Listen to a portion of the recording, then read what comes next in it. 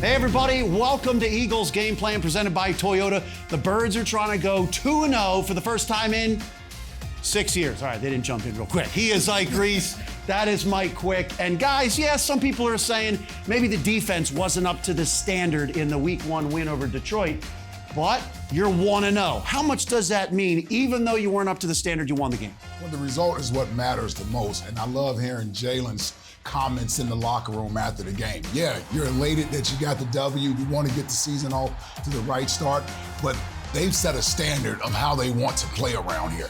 And Jalen made sure he emphasized that after the game, and I completely agree with him. You certainly will take the W where you can get it, but there's a standard that's been set here that they must meet each and every week, and I'm sure they've been back at work this week trying to get to the standard that they're used to playing at. And understand this, the Detroit Lions, they're not the Detroit Lions that we saw years ago. It's a much better football team. They play a better brand of football. They bring the energy. It's a sold-out stadium, and it's coming off of this preseason where they're really feeling good about themselves. That is a win that you have to feel good about. And for the coaches, they get a chance to really coach these guys up now because they didn't play up to that standard that you're talking about. But at the end of the day, it's a win. And the Eagles ran for 216 yards, third most in the NFL in Week 1. So let's look at that running game with the running backs coach, Jemal Singleton. Here's Tape Study with Fran Duffy, presented by Chickies and Pete's. Well, joining us this week here on Tape Study, presented by Chickies and Pete's, Eagles running backs coach, Jemal Singleton. Coach, welcome to the show. Oh, thanks for having me. Glad to be here. Well, let's go through this rushing attack, Week 1 against Detroit. One of my favorite stats coming out of this game. Obviously, everybody knows 4 ball carriers reached the end zone on the ground. 3 of those guys averaged 4 yards a carry. 2 of those guys rushed for over 90 yards. So when you talk about versatility, multiplicity in the run game, you guys are hitting it from every angle. You know, it was exciting to see guys carry the ball effectively and different guys. So it's not like you can key on one person and say, if we stop him, we can get a big thing going with their run game. Well, we had guys that showed they could carry the ball and find the end zone a few times. All right, well, let's take a look at 3 plays here. We picked one from each of the running backs that were active last week against the Lions. And we'll start leading rusher Miles Sanders here. It's going to be a 24-yard run. Take us through what Miles sees here in this play and what leads to it being such a success. Well, I think you really can't start a run without talking about what the guys are doing up front. And this is just awesome. And you look at, with Kelsey here, I always mess with him and tell him, you would have been the greatest fullback ever in the game. and really, this is what he becomes on this play. You kind of see him pulling around. He ends up being like the lead back here. So this is really like a 2-back run, but we're using our center to do that. And this is just a great job when you look at these things going on. We're working front side. Kelsey and Isaac are working. You see Lane over here get real aggressive and really create the hole for it. And now Kelsey's kind of coming through and you can see him kind of cleaning up a little edge. This is what I call the dark crease. Right, for Miles, this is a dark crease. Sometimes you just got to close your eyes and hit it and hope that you'll come out in daylight, and that's exactly what happened. I think if you go back just a hair, just a little manipulation with his eyes. Watch his eyes as he comes through here. That affects the linebacker. He's peeking there, gets him to feel inside, and now we've got that edge set for us. So he basically helps block him with the ball in his hand. So now he attacks it and explodes through here. Again, when you see bodies on the ground that are the opposite color jersey, you know there's a good thing going on. And then just the finish of the run here. This is a thing that I always count with these guys. How many yards you get after contact. Little thing here, but he gets contacted about 5 yards, pushes through and gets almost 6 more yards on that carry. That's a huge part of the play. We know it's a game of inches. Sure. So every yard matters. So just a great play all along. As you look there, look at Kelsey, you look at Isaac, look backside at Landon. And then just the speed here of Miles to outrun the backside end and the things that we have to do with our quarterback. Now, I'm not going to get into what my true feeling is about this shot here, but again, Jalen's doing a great job pulling another defender because he is a run threat. That's one less guy in the box we have to block. Like you said, the finish there at the end, big time as well. Now, I know everybody in that room is going to take a lot of pride, not just carrying the rock, but protecting the quarterback in the pass game as well. We see that here from Kenny Gainwell. Oh, this is just a great job of being physical. And I always want to talk to my guys about, look, what do we do when we don't have the ball in our hands? I think that's the true test of what a good running back is. And this is a great example. You can see Kenny, and not to get into all the protection responsibilities that we have, but ultimately, he's got him, Yep. right? And that guy's coming in the A-gap, and we know he's a pretty good linebacker that's played in the league for quite some years. And for Kenny to come across here and just be physical, right? Sometimes it's not a pretty game. It's not just let's get set up and lined up. This is just him being physical and attack. And you look where he makes contact and where this block gets finished. Kenny almost takes out 2 guys, all right? He takes him and just runs his feet. He's got his hands inside. I mean, if you pause it there for a second, just the huge pocket that's created, not only because of Kenny, the whole line, but I mean, that's a pretty good pocket for the quarterback to set up in because of what we've done. And then again, with Kelsey there, obviously doing an awesome job. He's checking backside, works front side. He comes backside to help if there's needed for an extra guy coming off the edge. But I think you watch Kenny here and it's just physical. The guy's trying to grab his head. He's still running his feet and going through there. And this is why Kenny gets to do some of this stuff, because he's shown that he's a physical, aggressive player, especially in the pass game. And it helps earn yourself some carries inside the goal line. Like you said, all these guys reaching the end zone here on Sunday. We'll see this Boston Scott touchdown. Take us through what Boston sees here. I'm not gonna lie, this one fires me up a little bit, all right? When you see what's going on in this play, and part of it is too, is just for the young man that Boston is. I mean, just how I think Eagles Nation has seen this young man, seen him make great plays, just gives of himself. You know, he's running, and after this touchdown, if you turn the film on, he's running down on kickoff covering the kick. And I think that's just a testament to who he is as a player. So it's awesome. But you see here, and I love it, right? Our blocking, you can see those guys. They're down on the goal line. There's gonna be an extra hat. This one here, right? And this is what goal line running is all about, is can you win your one-on-one match? And you watch here, not only does he win it, I mean, this is right here for a running back, for basically to step on a man's chest as you go into the end zone is awesome. So to see Boston, you see Lane getting fired up. This is Eagles football right here. This is grimy, this is tough, this is physical, and this is a big part of the reason why we were able to win that game on Sunday. Eagles Game Plan is brought to you by your local Tri-State Toyota dealers, proud automotive partner of the Philadelphia Eagles. NovaCare Rehabilitation, the power of physical therapy. Pepsi, Eagles watching, better with Pepsi. PA Lottery, there's a lot of love for the PA Lottery, and when you see how fun it is, you'll understand why.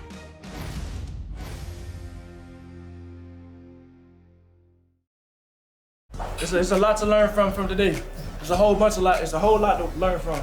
And we know the standard. We talk about the standard. We preach the standard. We practice the standard this whole entire time leading up to this game. So let's continue to challenge ourselves to do it. We know that still wasn't enough today. We know we got that feeling in our guts right now. We know we feeling that shit not right. So let's fix it, because it's something that we can control. We control it. Now I say this. Not a fucking doubt in my mind when I'm out there on that field, the trust that I have in y'all boys. And the trust that we have in each other. And that was showed out there display. It was that full tilt showed today. All right? So keep that in mind when we're moving forward. The standard is the standard, and it only rises. Continue to challenge yourself, but fucking enjoy this winning down there! Let's go! Eagles on 3, 1, 2, 3. Yes, sir. All right, you gotta love that in the locker room with Jalen Hurts after the Detroit win. How about A.J. Brown and Jalen Hurts, the connection? A.J., 155 receiving yards in his debut.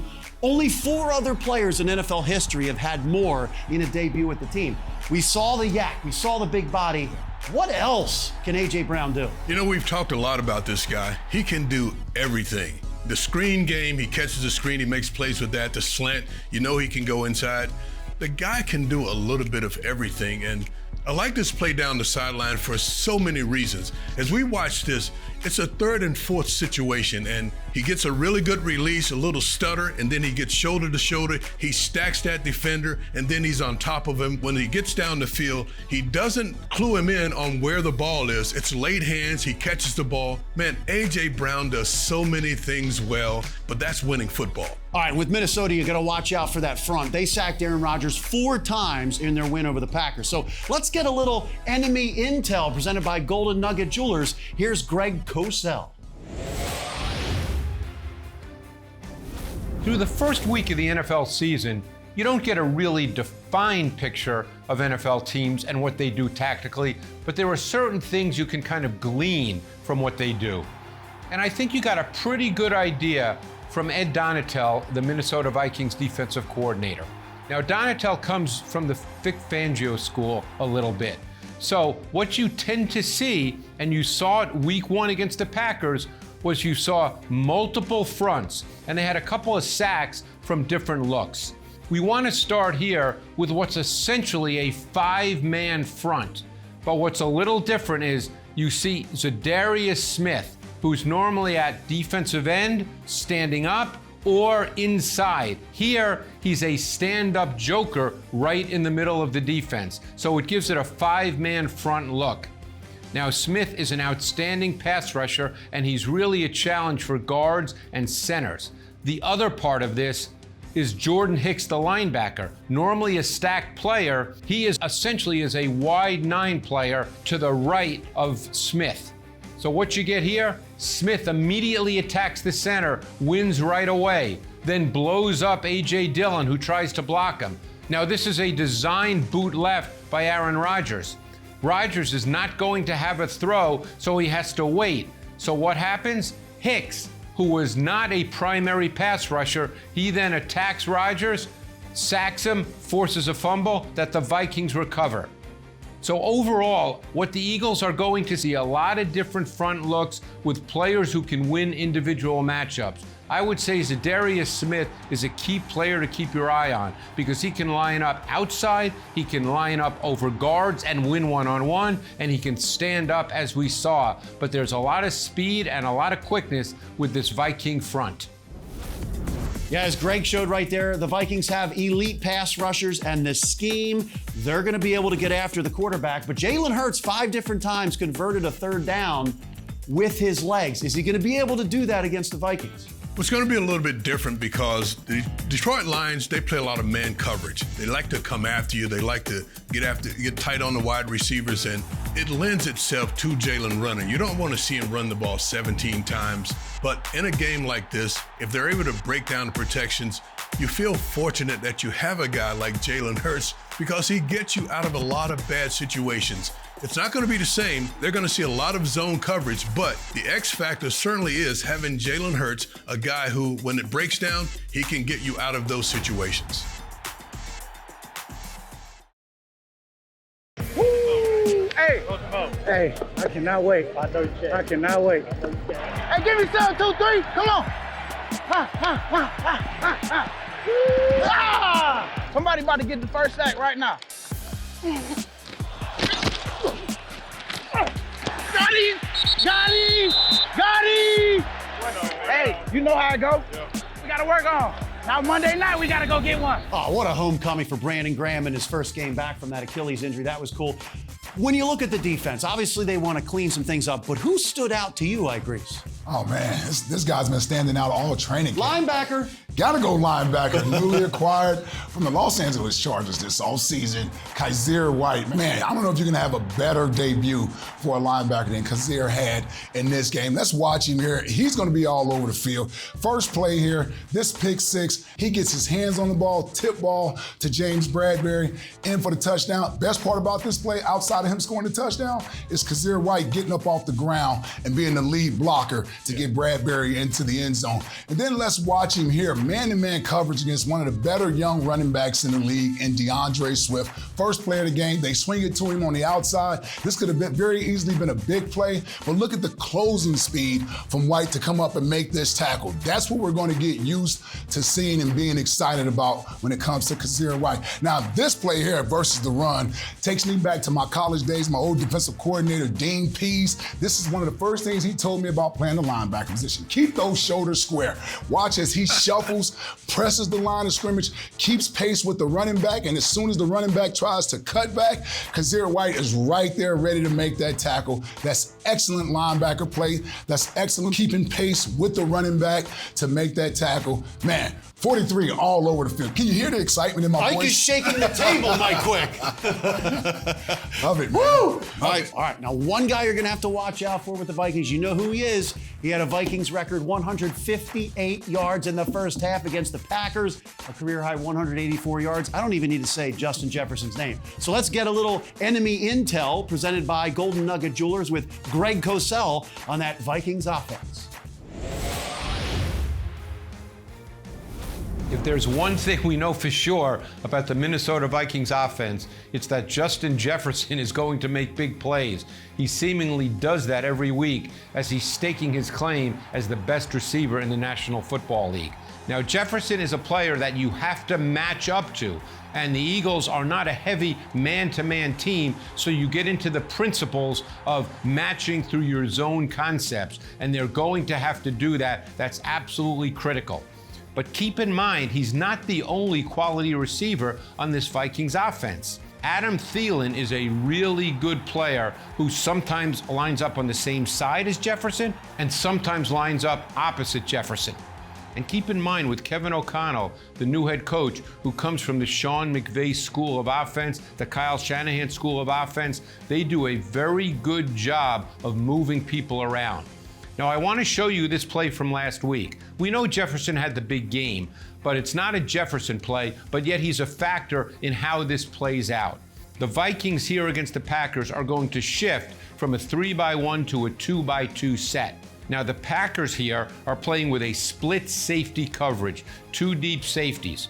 Jefferson is in the slot to the wide side of the field. Thielen is the outside receiver to the boundary. Now, what the Packers do here is they play a coverage we call quarter-half.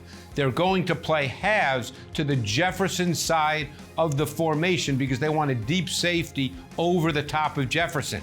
But because it's then quarters to the other side, what eventually happens, because the safety has to react to the route by the tight end, is you're going to get Adam Thielen one-on-one with an off-coverage corner. And this is a good corner. It's Eric Stokes. He runs a great route, catches a well-thrown ball from Cousins, and it's a 22-yard gain.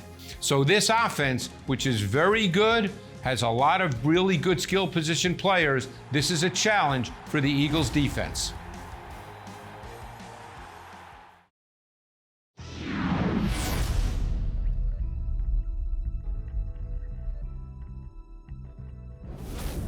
Welcome back to Eagles Game Plan presented by Toyota. How about a big one-on-one matchup? Justin Jefferson, nobody has more receiving yards in their first 2 years in the NFL in its history.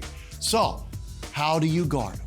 Well, you certainly don't do it with one person. It's going to take the entire defense, right? So depending on the game plan Jonathan Gannon puts together, I'm sure they'll have some bracket coverages there for Justin Jefferson, some doubles. You know, back when I played ages ago,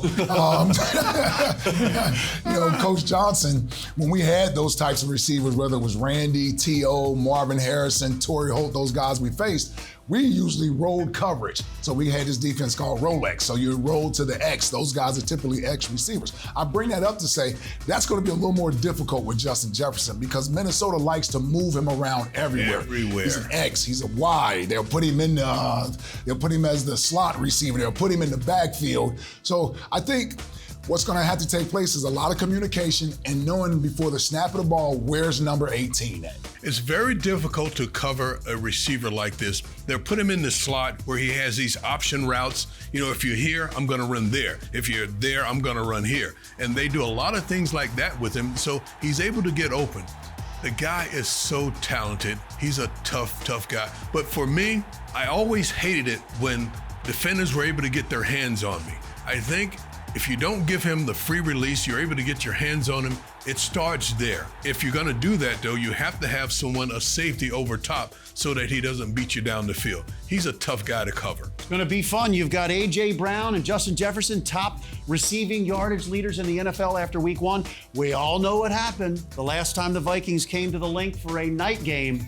Oh, yeah, the Link is going to be rocking for Monday Night Football. Thanks for watching Eagles Game Plan, presented by Toyota.